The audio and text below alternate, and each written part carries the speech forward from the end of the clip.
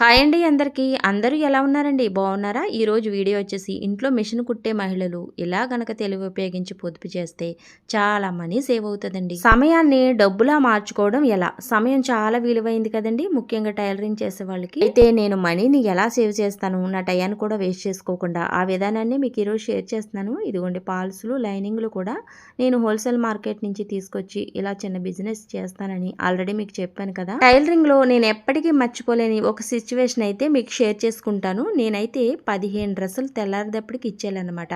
మరి ఆ 15 డ్రెస్సులు నేను ఎలా కుట్టగలిగాను? అసలు సాధ్యమైన ఒక్క రోజులో ఎవరైనా తీసుకుంటారా అలాగా? అసలు కమిట్ అవుతారా? నేను ఒక్కదాన్నే కుట్టాలి. ఇప్పుడు నలుగురుండి తీసుకున్న ఒక రకం.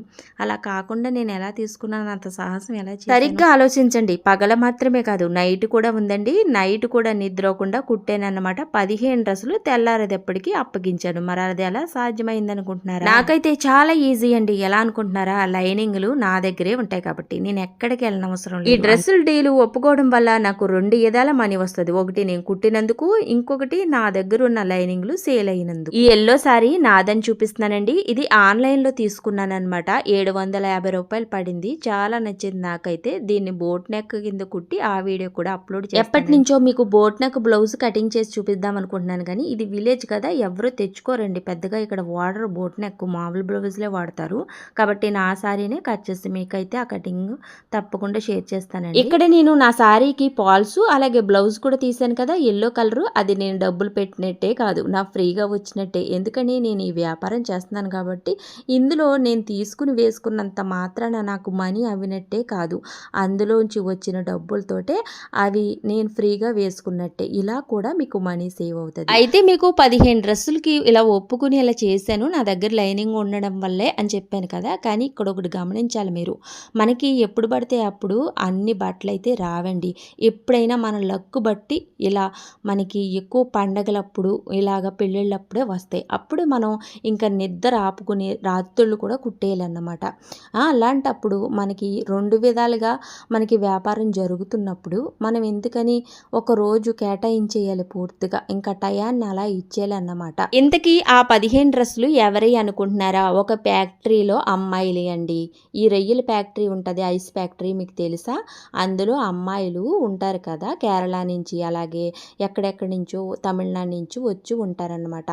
వాళ్ళ డీల్ అయితే నేను ఒప్పుకుని అలా కుట్టిచ్చేసాను అన్నమాట. కేరళ వాళ్ళైతే ఓణం పండుగని వాళ్ళు పెద్ద ఎత్తున చేసుకుంటారు ఏడాదికి ఒకసారి. ఆ పండగకి ప్రతి ఏడాదికి నేను అలా డ్రెస్సులు ఒకే రోజు కుట్టించేసే సిచ్యువేషన్స్, అలాగే ఆ నెలంతా బట్టలు కుట్టే సిచ్యువేషన్స్ మా ఇంటి దగ్గర జరిగేదండి.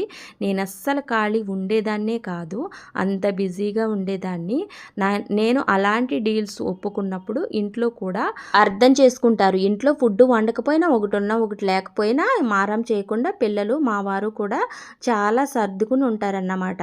ఇక్కడ మీకు ఏం చూపిస్తున్నానంటే, ఈ డిజైనర్ బ్లౌజులకు వచ్చిన ముక్కల్ని ఈ విధంగా నేను దాచి, ఇదిగోండి ఈ డ్రెస్సులకు వచ్చిన ఈ క్లాతులు ఉన్నాయి కదండి, ఈ క్లాతులకి మీరు ఈ డిజైనర్ ముక్కలు పైన బాడీ కింద వేసేసి నేను ఫ్రాకులు కానీ లేదంటే గౌన్లు కానీ చిన్న పిల్లలకన్నమాట కుట్టేసి, ఇక్కడ మా ఇంటి పక్కన కానీ ఇంటి ఎదర కానీ ఎవరైనా మనకి తెలిసిన వాళ్ళు ఈ చుట్టుపక్కల బర్త్డే పార్టీలు చెప్పారనుకోండి, మెయిన్గా వాటికి నేను డబ్బులైతే అక్కడ నేను పెట్టనండి. ఇలా గౌన్లు ఫ్రాకులు కుట్టి పట్టుకెళ్ళి ఇస్తానన్నమాట. దానివల్ల వాళ్ళకి నాకు కమ్యూనికేషను పెరుగుతుంది, మన మీద ఒక స్పెషల్ ఒపీనియన్ ఉంటుంది, అలాగే మనకు ₹1 కూడా ఆదా అవుతుంది కదా. ఇలా కూడా నేను మనీ ఆదా చేస్తానండి.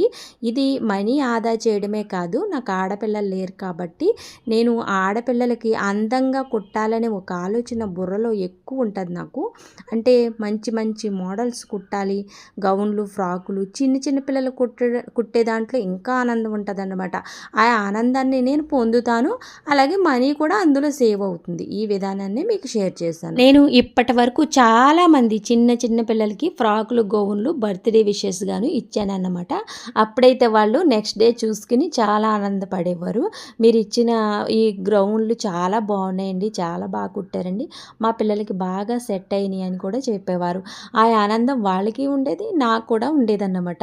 నేను కూడా ఆ పిల్లల్ని ఒక ఆమె అయితే వాళ్ళ పిల్లలకి వేసి ఫోటోలు తీసి మరీ పంపించినప్పుడు నాకు చాలా ఆనందం వేసిందన్నమాట.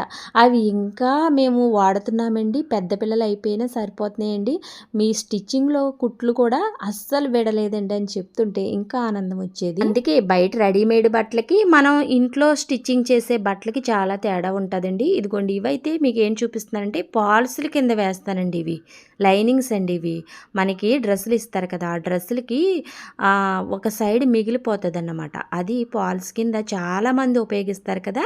నేనైతే ఎప్పుడో 10 సంవత్సరాల క్రితం నుంచే ఉపయోగిస్తున్నానండి ఈ విధానాన్ని. అయితే నేను ఎప్పుడు డ్రెస్సులు కట్ చేసిన మిగిలిన ముక్కల్ని చక్కగా దాచి వేస్తాను. బాగా నలిగిపోయినట్లని ఇస్త్రీ చేసి మరి పాల్స్ కింద రెడీ చేసి ఈ సారీలకి వేస్తాను అన్నమాట. డ్రెస్కి ఇచ్చిన లైనింగ్లో మిగిలిన క్లాత్ని అయితే నేను పాల్సులకు ఉపయోగిస్తాను. అలాగే డ్రెస్సుల్లో కూడా క్లాత్ మిగులుతుంది, చాలా షైనీగా ఉంటుందండి. ఆ క్లాత్ని నేను ఫ్రాకుల కింద అలా గౌన్ల కింద స్టిచ్ వేసి అలా చేస్తాను అన్నమాట. అయితే ఇలా డ్రెస్సుల్లో వచ్చిన లైనింగ్ మొక్కతో తయారు చేసిన పాల్స్లు మాత్రం ఎప్పుడు కాటన్ చీరలకు మాత్రమే వేస్తానండి, సిల్క్ శారీలకి అయితే వేయనన్నమాట. అంటే అతుకులు బయటికి కనపడే ఛాన్స్ ఉంటుంది, మళ్ళీ ముడతలు వచ్చే ఛాన్స్ ఎక్కువ ఉంటుందండి. అందుకని మనం డ్రెస్సుల్లో మిగిలిన ముక్కలతోటి మనం తయారు చేసిన పాల్స్ని ఎప్పుడు కూడా కాటన్ చీరలకు మాత్రమే వేసేలా చూసుకోవాలి. అలాగే ఫ్యాబ్రిక్ కూడా కాటన్ దయ్యి ఉండాలండి, సిల్క్ది అస్సలు పనిచేయదు. చూడండి ఇది కాటన్ అన్నమాట. ఇలాంటి కాటనే కలర్గా మిగిలిన ఇవి ఇలా దాస్తానన్నమాట. బాగా నలిగిపోయినప్పటికీ వీటిని ఐరన్ చేసి మరీ వేస్తాను. ఎందుకని మనకు ₹1 మిగలడం కోసమే కదా ఈ మొక్కలన్నీ దాసాము, మరి పడేయకుండా వాటిని వినియోగించాలనేసి. అలాగే టైం ఉన్నప్పుడల్లా వీటిని సర్దుకుంటాను. అయినప్పటికీ ఎప్పుడో ఒకప్పుడు అర్జెంట్ బ్లౌజ్ కుడుతున్నప్పుడు ఒక ముక్క కావాలని మొత్తం అంతా తిరగేసి ఆ కలర్ దొరికే వరకు పీకుతాం కదా, దానివల్ల ఇలా అయిపోతుంది ఒక్కొక్కసారి ముడతలు. ఇదిగోండి ఇదైతే డ్రెస్ ఇది అన్నమాట మిగిలింది. ఇలా టాప్కి ఇది ఉపయోగించి అలా ఫ్రాక్లు గౌన్లు కుడతానని చూపిస్తున్నాను. అలాగే ఈ సంచి నిండా ఇవే ముక్కలు ఉంటాయండి. అలాగే మనం బ్లౌజులకి గోట్లు వేస్తాం కదా, వాటికి గాను నేను అస్సలు బయట ఈ పొట్టు ముక్కలు అస్సలు కొనండి. నేను బ్లౌజుల్లో వచ్చిన ముక్కల్ని ఈ విధంగా దాస్తానన్నమాట. దాసి మనకి ఎవరైనా గోట్లు వేయమంటారు కదా పైపింగ్ చేయడానికి గట్ట ఉపయోగిస్తాను. ఇవి ఇస్త్రీ చేసేసి ఒకసారి చక్కగా కట్ చేసుకుని ముక్కలు పైపింగ్ వేసేస్తానన్నమాట. అది నేను అసలు పట్టు ముక్కలు బయట ఎప్పటికీ ఒక్కసారి కూడా కొనలేదండి. ఇలా మిగిలినవే. అలాగే ఇవి లుక్గా కూడా కనపడాలండి, కాంతివంతంగా ఉండాలి కలర్ వచ్చేసి, అలాంటివే నేను ఈ పైపింగ్ వేయడానికి దాచి ఉంచుతాను. చిన్న మొక్కైనా పడేయనండి, కలరు చాలా వైబ్రేట్గా మంచి షైనీతో ఉందనుకోండి, చిన్న మొక్కైనా పడేను, దాన్ని దాచి ఉంచి ఏదో ఒక బ్లౌజ్కి మోడల్కి ఉపయోగిస్తాను అన్నమాట. ఇలా ఎంత మనీ సేవ్ అవుతుంది. మీరు రోజు మిషన్ కుడతారు, సంవత్సరాలు గడిచిపోతాయి, రోజులు గడిచిపోతాయి, కానీ మీరు ఈ విధంగా ఫాలో అయ్యారంటే చాలా మనీ ఆదా అవుతుందండి. మా వారు ఉద్యోగ నిమిత్తం ఆ ఊరని ఈ ఊరని వెళ్తూ ఉంటాం కదా, అప్పుడైతే నేను అక్కడ కొత్తగా దిగిన ఇంట్లో బోర్డు అయితే పెడతాను, టైలరింగ్ చేస్తున్నానండి. అలాగే మా చుట్టుపక్కల ఉన్న వాళ్ళతో కూడా కమ్యూనికేషన్ ఎలా పెంచుకుంటానంటే వాళ్ళ పిల్లల బర్త్డేలు గట్ట చెప్పినప్పుడు ఇలా ఫ్రాకులు కుట్టేసి ఇచ్చేసి నేను ₹1 మనీ ఆదా చేస్తాను. అలాగే వాళ్ళతో కమ్యూనికేషన్ ఉంటుంది ఎప్పుడు కూడా. నాకు ఏముందండి మన చేతిలో పనే కదా, కాకపోతే కొంచెం టయాన్ని కేటాయించాలి. ఇక్కడ నేను ఫ్రాకులు కుట్టినప్పుడు లైనింగ్లు కూడా నా దగ్గరే ఉంటాయి కాబట్టి నేను బయట కొనే పని కూడా ఉండదన్నమాట. అలా మనీని నేను ఆదా చేస్తాను. అదే మా ఊర్లో ఉన్నప్పుడు అనుకోండి ఫ్యాక్టరీలో బట్టలు ఒప్పుకునేదాన్ని అన్నమాట, బయటకి కుట్టేదాన్ని. అలాగే ఫ్యాక్టరీలో అమ్మాయిలు ఉంటారు, వాళ్ళ బట్టలు వచ్చినాయి అంటే నేను నా దగ్గర ఉన్న బట్టలన్నీ పక్కన పెట్టి ముందుగా వాళ్ళకి కుట్టిస్తాను. ఎందుకంటే నాకు ₹1 అయితే కనపడుతుందండి ఓ పెద్ద మొత్తంలో వచ్చినప్పుడు కుట్టించినప్పుడు. అప్పుడు మనకి బద్ధకం కూడా ఉండదన్నమాట. ఎందుకంటే వాళ్ళు వెంటనే మళ్ళీ రోజు మనం కుట్టించిన వెంటనే డబ్బులు ఇచ్చేస్తారనమాట. అప్పుడు మనకి అస్సలు బద్ధకం రాదు, ఇంకా కుట్టాలని ఉత్సాహం పెరుగుతుంది. చాలామంది ఇంటికాడ మిషన్ కుడుతున్నప్పుడు కొంతమంది బేరాలాడతాము, కొంతమంది ఏమో డబ్బులు రేపిస్తాను ఎల్లుండి ఇస్తాను అలా అనడం వల్ల కూడా బద్ధకం వచ్చి మిషన్ కుట్టబుద్ధేయదు చెప్పాలంటే.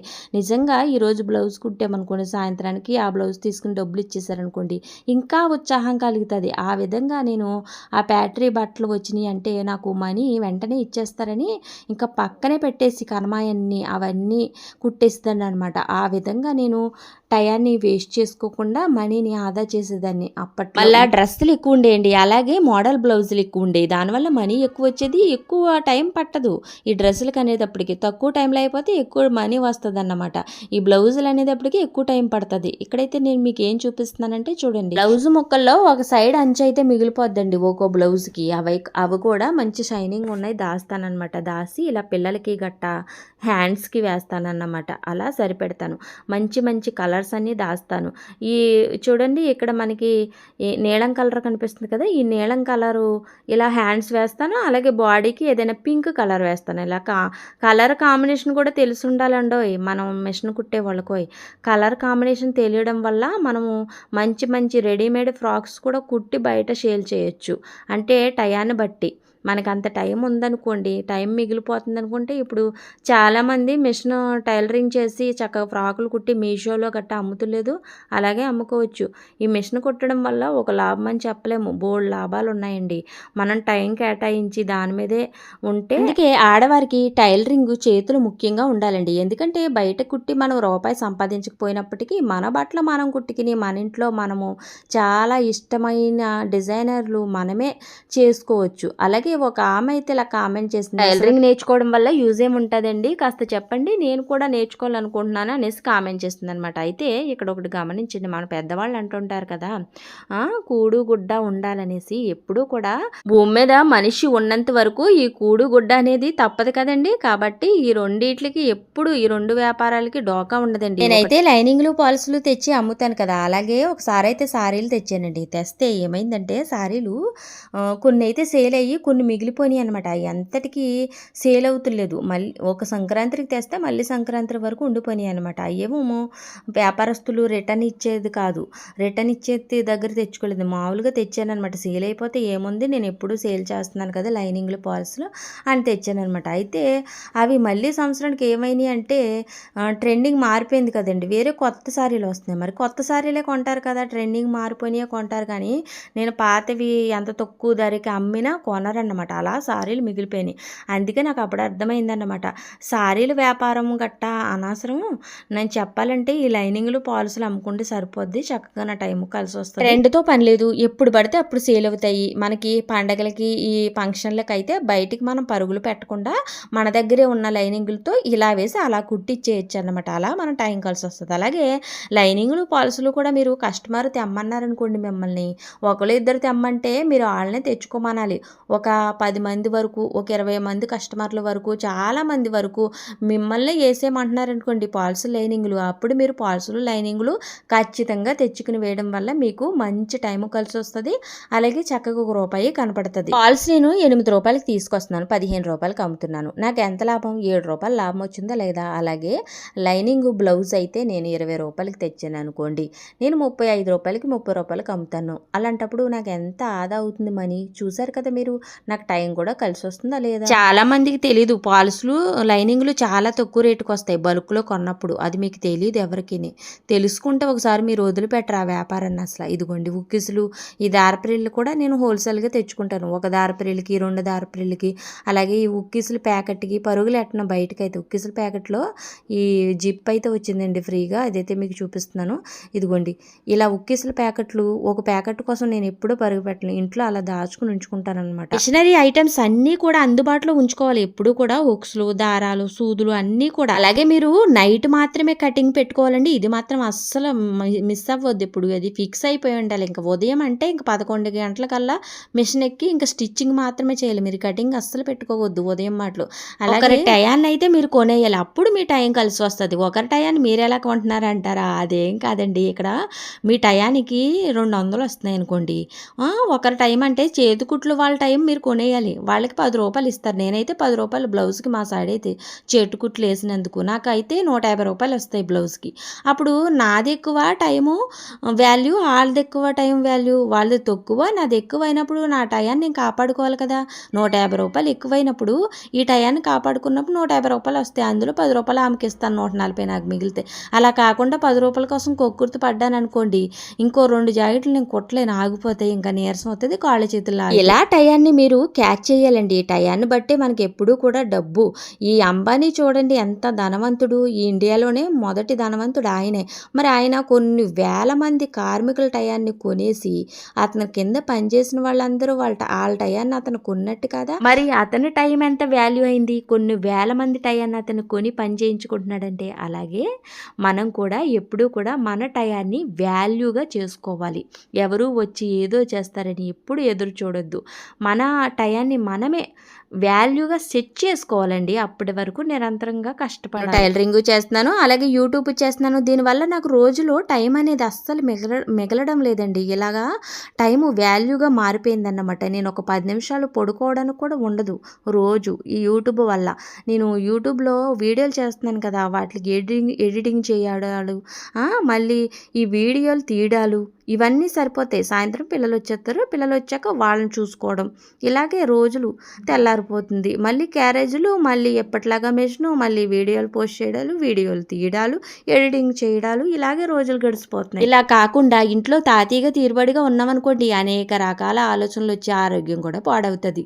ఇలా మనకి టైం అస్సలు మిగలకుండా ఎప్పుడు బిజీగా ఉండేలాగా మీ టయాన్ని మీరే సెట్ చేసుకోండి. కూటి కోసం కోటి విద్యలనేవి వేలల్లో ఉన్నాయండి.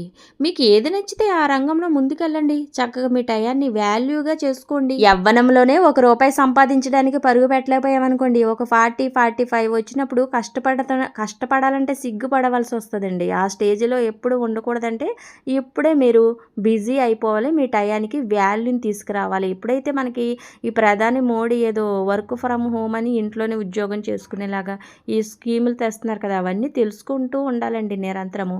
ఇంకా చెప్పాలంటే మీరు మరీ బిజీ అయిపోవాలంటే స్టాక్ మార్కెట్ గురించి తెలుసుకోండి.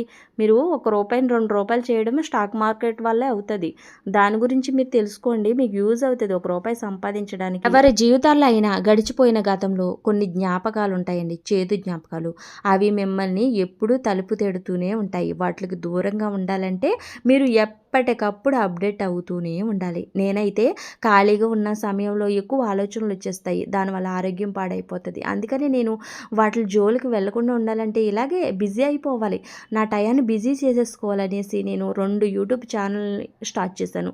ఒకటి వ్లాగ్ ఛానల్, ఒకటేమో టైలరింగ్ ఛానల్. అలాగే ఇంటిని నడుపుతూ పిల్లల్ని చూసుకుంటూ 2 ఛానల్ మెయింటైన్ చేస్తూ ఇలా నేను మిషన్ కుడుతూ చిన్న బిజినెస్ ఇలా లైనింగ్లు పాలసులు అమ్ముకుంటూ చక్కగా ఇలా టయాన్ని నేను బిజీ చేసేసుకుని ఒకరితోటి మాట్లాడాలంటే నాకు 10 నిమిషాలు పడుతుందంటే దాని గురించి ఆలోచించే అంత టయాన్ని బిజీ చేసుకున్నానండి నేనైతే.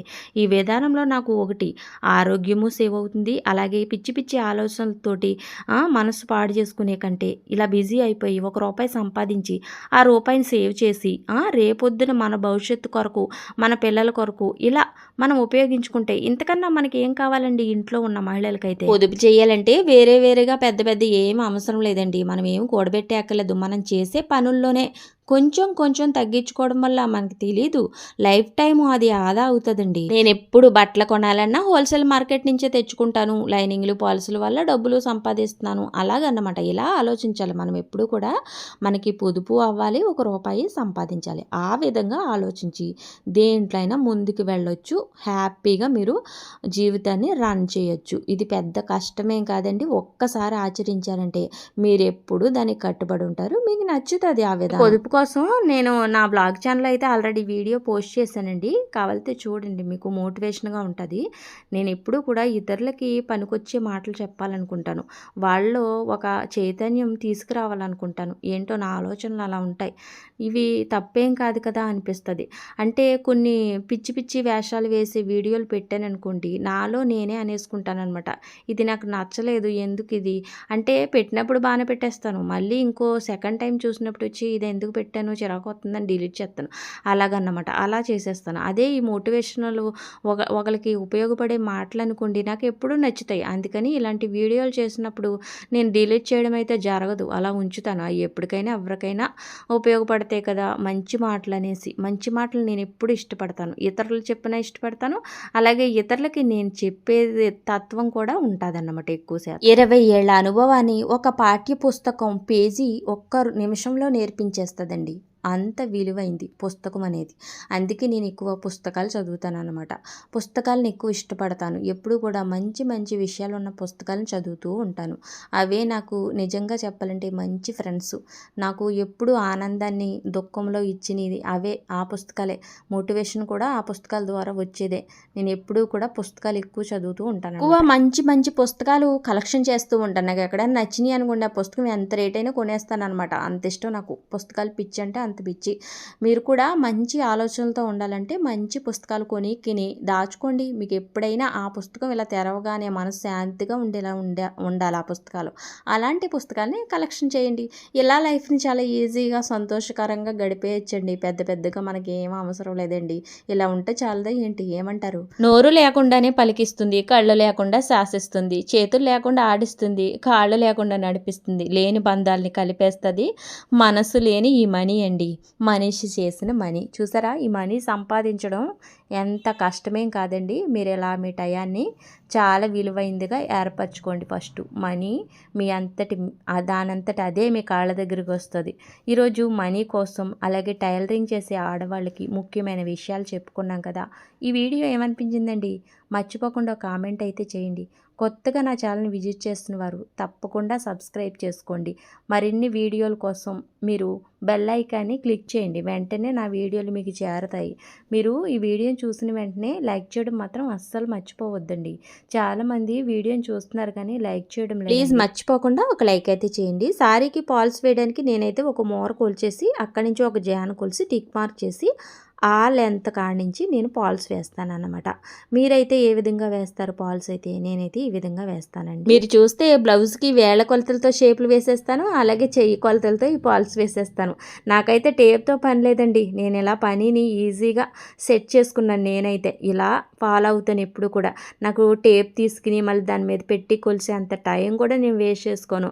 ఇలా హ్యాండ్స్ తోటే వేసేస్తాను అనమాట పాల్స్ వేసేటప్పుడైనా.